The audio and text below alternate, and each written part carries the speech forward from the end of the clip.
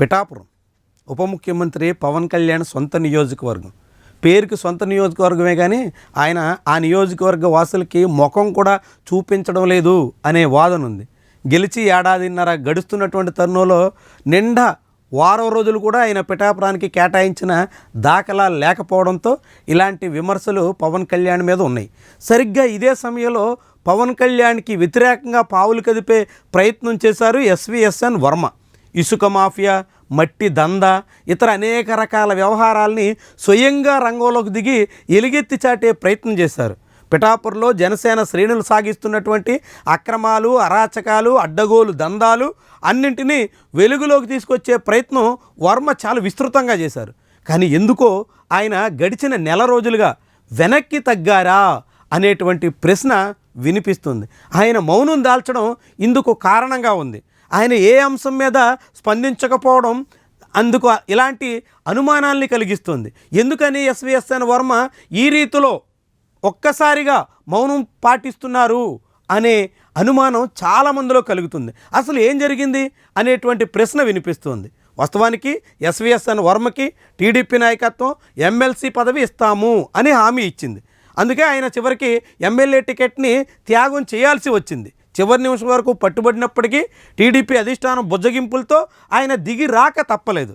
కానీ ఆయన దిగొచ్చినందుకు గాను ఇవ్వాల్సిన ఎమ్మెల్సీ సీట్ని ఆయనకి మొదటి ఏడాది కట్టబెట్టేదానికోసం టీడీపీ నాయకత్వం సిద్ధం కాలేదు. 2025 మార్చిలో నియమించినటువంటి 5 పోస్టుల్లో వర్మకి ఎక్కడ ఆచూకీ కూడా దొరకలేదు.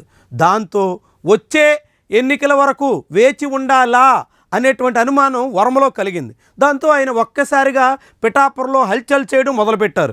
పిఠాపురం పట్టణంలో పారిశుధ్యం సరిగా లేదని, పిఠాపురం పట్టణంలో అన్ని వ్యవస్థలు గాడి తప్పుతున్నాయని, పిఠాపురం రూరల్లో ఇసుక దందా చెలరేగిపోతుందని, జనసేన నేతలే కోట్ల రూపాయలు కొల్లగొట్టేస్తున్నారని, ఇలాంటి అనేక అభియోగాలు స్వయంగా వర్మ ముందుకు తీసుకొచ్చారు. ఇది జనసేన నేతలకు కూడా కాసింత కంటగింపుగా మారింది.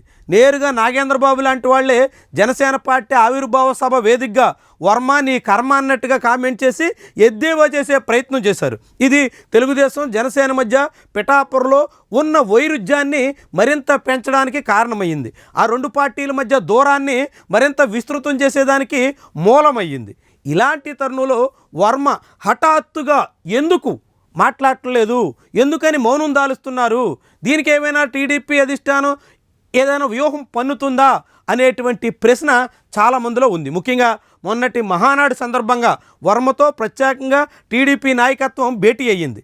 ఆ సందర్భంలో వర్మకి ఏమైనా హామీ ఇచ్చి కొన్నాళ్ల పాటు ఎటువంటి వివాదాలకే ఆస్కారం లేకుండా వ్యవహరించాలని సూచన చేశారా అనేటువంటి ప్రశ్న వినిపిస్తుంది.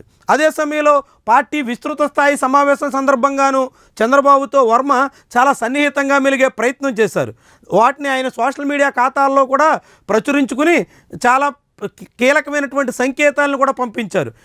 ఇవన్నీ భవిష్యత్తులో వర్మకి తెలుగుదేశం పార్టీ అధిష్టానం గట్టి హామీ ఇచ్చినట్టుగా కనిపిస్తుంది. అలాంటి హామీ ఇవ్వడం వల్లే ఇప్పుడు వర్మ కాసింత వెనకడుగు వేసి కొద్ది కాలం పాటు ఓపికతో సాగాలనే నిర్ణయానికి వచ్చి ఉంటారు అని ఆయన అనుచరులు ఇప్పుడు భావిస్తున్నారు.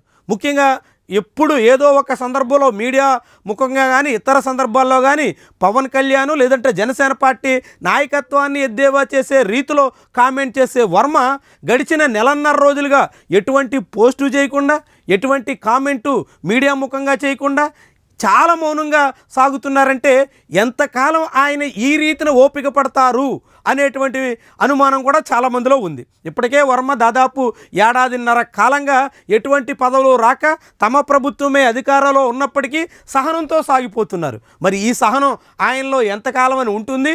మరొక వైపు జనసేన పార్టీ శ్రేణులు రెచ్చగొడుతున్నటువంటి తరుణంలో కూడా ఆయన ఇదే సహనాన్ని, ఇదే మాదిరి ఓపికని కొనసాగించగలుగుతారా? లేకుంటే ఓపిక సహనం నశించి ఏదో సందర్భంలో మళ్ళీ ఒకేసారిగా బరస్ట్ అవుతారా? ఇలాంటిదే ఇప్పుడు చాలామందిలో ఆసక్తి రేపుతున్నటువంటి అంశం.